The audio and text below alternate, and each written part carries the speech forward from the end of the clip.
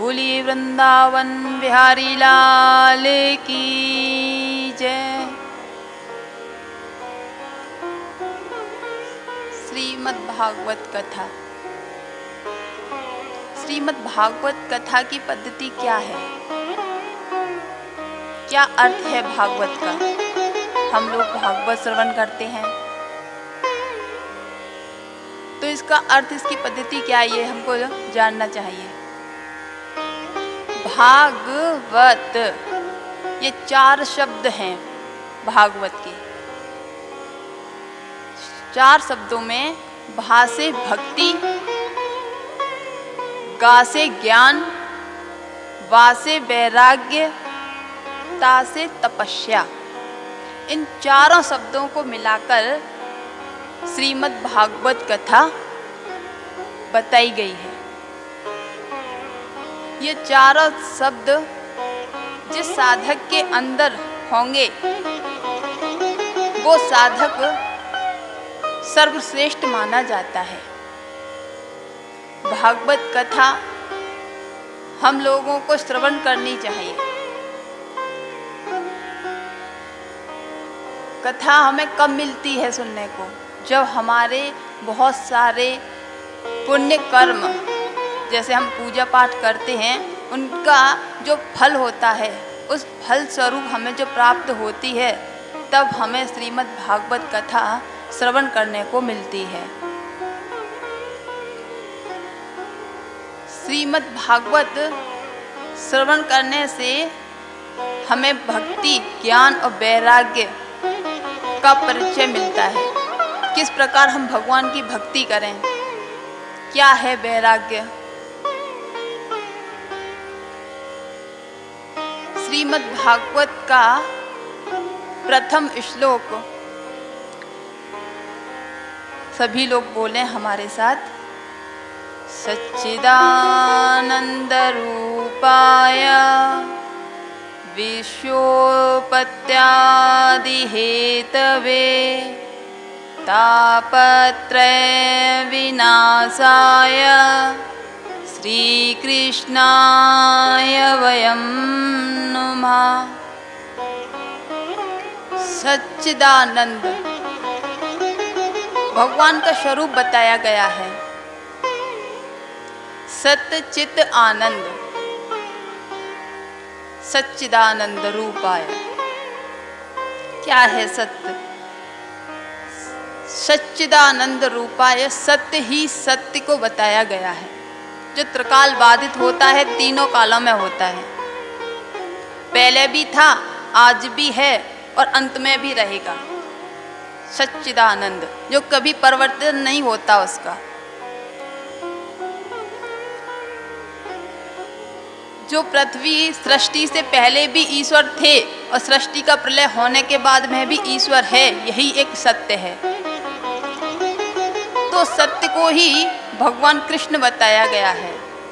हम लोग भी आपस में जब बात करते हैं तो एक दूसरे को यही समझते हैं कि सच कहा जाए। तो सत्य भगवान का स्वरूप बताया गया है। दूसरा चित, चित माने प्रकाश। जो प्रकाश जो अंधकार को दूर करता है, हमारे अंदर अज्ञान रूपी जो अंधकार है वो श्रीमद् भागवत कथा द्वारा, उसका प्रकाश के द्वारा दूर किया जाता है। तो ज्ञान, जब हमको ज्ञान की प्राप्ति होगी तभी तो हमें अंदर जो अज्ञान का अंधकार है वो दूर होगा। एक प्रकार का लाइट, जैसे कि आप कोई कार्य करते हैं तो आपको प्रकाश की ज़रूरत पड़ती है, या हमें कोई पुस्तक पढ़नी है तो हमें भी लाइट की ज़रूरत पड़ेगी। तो ठीक उसी प्रकार जो भगवान जो स्वयं प्रकाशवान हैं, उन्हें किसी प्रकार के प्रकाशों की जरूरत नहीं पड़ती। उन भगवान श्री कृष्ण को चित्त भी स्वरूप बताया गया है। तीसरा है आनंद। आनंद क्या है? आनंद परमानंद। आनंद को सिर्फ हम महसूस कर सकते हैं। आनंद को सिर्फ हम महसूस कर सकते हैं, देख नहीं सकते, नहीं बता सकते। जैसे कि हवा चलती है और हवा चलते समय जब कोई वस्तु या कोई चीज़ उड़ती है या पेड़ पौधे हिलते हैं तो हम देखते हैं कि हवा चल रही है, और जब हम अपनी आँखों से देखते हैं तभी बताते हैं कि, या फिर हमारे शरीर को स्पर्श करती है, और स्पर्श करने के बाद में जब हम कहेंगे आहा कितनी ठंडी हवा चल रही है, क्योंकि उस हवा ने हमारे शरीर को स्पर्श किया, तब हमको महसूस हुआ कि हाँ हवा चल रही है। हमें आँखों से नहीं दिखा कि हवा चल रही है, जब तक कि हम कोई चीज़ को, किसी वस्तु को हिलता हुआ नहीं देख पाएंगे या उड़ता हुआ नहीं देख पाएंगे, तब तक हम नहीं कह सकते कि हवा चल रही है। तो ठीक उसी प्रकार आनंद है, जब हम अंदर से महसूस करेंगे कि हाँ आनंद है, आनंद परमानंद। तो भगवान कृष्ण को आनंद कहा गया है, सच्चिदानंद रूपाय, सत्य चित्त आनंद भगवान श्री कृष्ण का रूप बताया गया है। सच्चिदानंद रूपाय विश्वोत्पत्त्यादि हेतवे, जो विश्व को बनाते हैं, उसका पालन पोषण करते हैं और अंत में उसका लय भी कर देते हैं। सच्चिदानंद रूपाय विश्वोत्पत्त्यादि हेतवे तापत्रय विनाशाय, जो तीनों प्रकार के तापों का विनाश करते हैं, उन भगवान श्री कृष्ण को हम प्रणाम करते हैं। पहला श्लोक में भगवान के स्वरूप का नाम वर्णन किया गया, तापत्र विनाशाय। यहाँ पे ये तीन प्रकार के ताप कौन कौन से होते हैं? तापत्र विनाशाय, तीन प्रकार के ताप बताए गए हैं, दैहिक, दैविक, भौतिक। दैहिक, दैविक, भौतिक, ये तीन प्रकार के ताप बताए गए हैं। दैविक ताप जो देवताओं द्वारा प्रदान होते हैं, दैहिक ताप जो हमारे शरीर में हमें महसूस होते हैं, जैसे हमें जुकाम हो जाए, खांसी हो जाए, हमें कष्ट हो, हमारे शरीर को कष्ट हो, उसे हम दैहिक ताप बोलते हैं, भौतिक परिवर्तन द्वारा मिलते हैं। अचानक भूकंप आना, बाढ़ आना, इस तरह के तापों को, तीनों तापों को दूर करते हैं भगवान कृष्ण। ऐसे भगवान श्री कृष्ण को हम प्रणाम करते हैं। इस संसार में थोड़ा थोड़ा दुख सभी को है। कहते हैं कि कोई तन दुखी, कोई मन दुखी, कोई धन बिन रहत उदास, और थोड़े थोड़े सभी दुखी, सुखी राम के दास रे भैया, सुखी राम के दास। थोड़ा थोड़ा दुख सभी को है। किसी को तन से दुखी, कोई मन द्वारा दुखी, किसी के शरीर में कष्ट है, भगवान ने खूब सारा संपत्ति ऐशो आराम दे रखी है, परंतु डॉक्टरों के द्वारा कहा गया कि सूखी रोटी और दाल खाओ बस, तन दुखी। किसी का मन दुखी है, सब कुछ है, मन सही नहीं है, मन में शांति नहीं है, थोड़ा थोड़ा दुख सभी को है। एक व्यक्ति अपने ऑफिस में बैठा था। अब वो ऑफिस में जैसे बैठा तो वो अपने गेट से बाहर देख रहा कि बेचारा मजदूर काम कर रहा था, और जो व्यक्ति अपनी ऑफिस में बैठा था वो शरीर में हष्टपुष्ट और थोड़ा मोटापा बढ़ा हुआ था, उसका मोटा था, हेल्थी। अब उसने जैसे ही सामने देखा कि मजदूर किस तरह कट्टे और बोरी अपने सर पे रख के डाल रहा है गाड़ियों में, तो वो सोचने लगा वाह क्या जिंदगी है। कितनी जल्दी इतने कट्टे को उठाता है और गाड़ी में डाल देता है। और एक हमारी जिंदगी देखो कि हम उठ के चल भी नहीं सकते चेयर पे से। अब वो व्यक्ति जो मजदूर है सामने वाला, वो उधर देखता है अपने मालिक को, और जब वो विचार करता है वाह क्या जिंदगी है, ऐशो आराम की, आराम से कुर्सी पे बैठे हैं, नहीं धूप में काम करना, नहीं वजन उठाना। अब दोनों दुखी। जो मालिक है वो अपने जो काम कर रहा है नौकर को देख के उसकी जिंदगी को अच्छा समझ रहा है, और जो नौकर है वो मालिक की जिंदगी को देखकर अच्छा बता रहा है। तो सुखी कौन है इस संसार में? तो बोले सुखी वही है जिसने भगवान का भजन किया, जिसने भक्ति की। सुखी राम के दास, सिर्फ भगवान राम के, कृष्ण के दास ही सुखी हैं, जिन्हें किसी बात की कोई चिंता नहीं होती,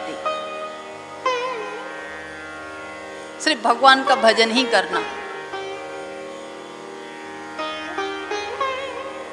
तो ये तीनों प्रकार के ताप भगवान श्री कृष्ण द्वारा दूर होते हैं, और ऐसे श्री कृष्ण को हम प्रणाम करते हैं। सूत जी महाराज सभी नैमिषारण्य क्षेत्र में एकत्रित बैठे थे। वहीं से सामने सूत जी महाराज का आगमन हुआ। अब जहाँ पे इतने बड़े बड़े संत बैठे हों, जो उम्र में भी हजारों साल बड़े हों, और सूत जी महाराज छोटी उम्र के वो आए थे, और उनको आते ही देखकर वहाँ जितने 88,000 संत जन विराजमान थे सब खड़े हो गए। अब जैसे ही वो खड़े हुए तो सूत जी महाराज बोले, अरे भाई ये क्या कर रहे हो आप लोग हमसे इतने हजारों साल बड़े हैं उम्र में, और मैं कहाँ कितना छोटा हूँ। तो बोलते हैं नहीं, जो ज्ञान में बड़े होते हैं ना वो सबसे बड़े होते हैं। कि धन वृद्धा बल वृद्धा आयु वृद्धा तथैव च ते सर्वेऽपि ज्ञान वृद्धा किंकरा शिष्य किंकरा। बोले अरे सूत जी महाराज आप तो हमसे बहुत बड़े हैं। जो अज्ञान का अंधकार ज्ञान के द्वारा दूर करता है वो सबसे बड़ा होता है। यहाँ पर सूत जी महाराज आए, सभी लोग बैठे, भगवान की कथा आगे को बताने लगे कि मनुष्य का जीवन क्या है, हमें ये जीवन मिला है, क्यों मिला है। मनुष्य योनि मिलना कोई साधारण बात नहीं है। मनुष्य 84 लाख योनियों के बाद हमें ये मनुष्य सर मिला है। अब हमें इसे व्यर्थ में गवा रहे हैं। क्यों मिला ये? क्या रोज खाने को, पीने को, कमाने को, बीवी बच्चों के साथ रहने को, घूमने को, इन्हीं सारी चीजों के लिए ये हमें मनुष्य जन्म मिला। प्रभु की कृपा देखो कितनी अच्छी है। आपको 84 लाख योनियों में ना भटकने की बजाय आपको मनुष्य जन्म दिया, और वो भी सब कुछ सही दिया। सोचो, अगर आपको मनुष्य जन्म आपका है, अगर आपकी आंखें नहीं होती, आपको नहीं दिखता, तो अगर आप कान आपके खराब होते, बहरे होते, नहीं सुन पाते, तो आप भगवान की विशेष कृपा समझो कि सब कुछ सही सलामत आपको भगवान ने मनुष्य जन्म दिया। तो भगवान ने जब मनुष्य जन्म दिया है तो भगवान की भक्ति करो, भगवान की कथा सुनो। भगवान ने ये कान क्यों दिए? चाहते तो एक ही कान दे सकते, दो क्यों दिए? भगवान ने 2 कान इसलिए दिए क्योंकि मेरे इन दोनों कानों का सदुपयोग करो। मेरी कथा दोनों कानों से ध्यान पूर्वक सुनो, और सुनने के बाद फिर अपने जीवन में उसे उतारो। और होता क्या है कि हम कथा सुनते हैं, आज यहाँ पे सुन ली, कल वहाँ पे सुन ली, जिंदगी में कथा सुनते हैं जीवन भर। और बहुत से लोग तो बोलते हैं अरे भाई कितनी कथा सुने, कल वहाँ सुनी थी, परसों वहाँ सुनी थी, सब कुछ तो पता है। तो जो लोग ये बोलते हैं ना कि सब कुछ पता है, तो समझो उन्हें कुछ नहीं पता। क्योंकि जो कथा सुनते रहेंगे और जो ध्यान पूर्वक सुनेंगे वो कभी ये नहीं कहेंगे कि हमने कथा बहुत सुन ली। अज्ञानी लोग ही कहते हैं कि हमने कथा बहुत सुन ली, क्योंकि उन्हें तो उनको एक लालच आ जाता है। जैसे कि हमारा मन कर रहा है आज रसगुल्ला खाने को, और हम यहाँ बैठे हैं और हमारे मन में आ रहा है पानी कि हमें तो रसगुल्ला चाहिए। तो जो प्रेम भक्त होते हैं ना, जो भगवान के रसिक होते हैं ना, तो वो ये सोचते हैं कि बस कहीं भी किसी प्रकार मुझे कथा मिल जाए सुनने को। वो तड़पते हैं। किस तरह तड़पते हैं? जैसे मछली बिना जल के तड़पती है।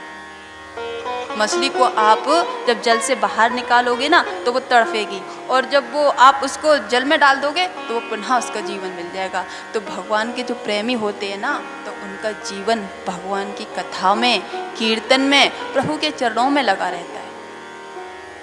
वो ऐसे नहीं कहते कि कथा हमने बहुत सुन ली। क्या सुना उन्होंने? उन्होंने सुना कि कृष्ण जी का जन्म हुआ, कृष्ण जी ने माखन की चोरियां की, काली बाल लीलाएं की। ज्ञान की जो बात श्रीमद् भागवत में क्या सिखाती है? भागवत हमें सिखाती है कि भगवान श्री कृष्ण ने जो कहा है हमें वो करना चाहिए, जो किया है वो नहीं करना चाहिए। पर महाराज कलयुग में होता क्या है कि जो भगवान श्री कृष्ण ने किया है वो ज़्यादा कर रहे हैं, और भगवान राम ने जो किया था वो कम कर रहे हैं। बोलते हैं कथाएं बहुत हो रही हैं। पहले कथा होती बहुत कम, कभी कभार साल में या 6 महीने में एक कथा होती। अब बोलते हैं भाई कथा तो जगह जगह हो रही है। भाई कथा जगह जगह हो रही है तो फिर आप लोगों के अंदर परिवर्तन क्यों नहीं आ रहा?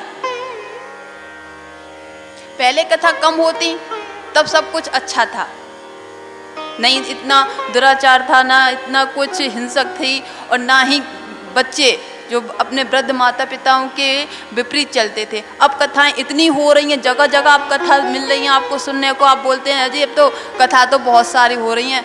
जब कथा ज़्यादा होने लगी तो फिर आपके अंदर परिवर्तन नहीं आ रहा। क्यों नहीं आ रहा? क्योंकि आप कथा ध्यान से नहीं सुनते। आप कथा को एक मनोरंजन सुनते हैं, मनोरंजन के सिद्धांत से सुनते हैं। कथा में जाओ, भजन मिलेंगे, थोड़ा नाचना कूदना हो जाएगा और थोड़ा टाइम पास हो जाएगा।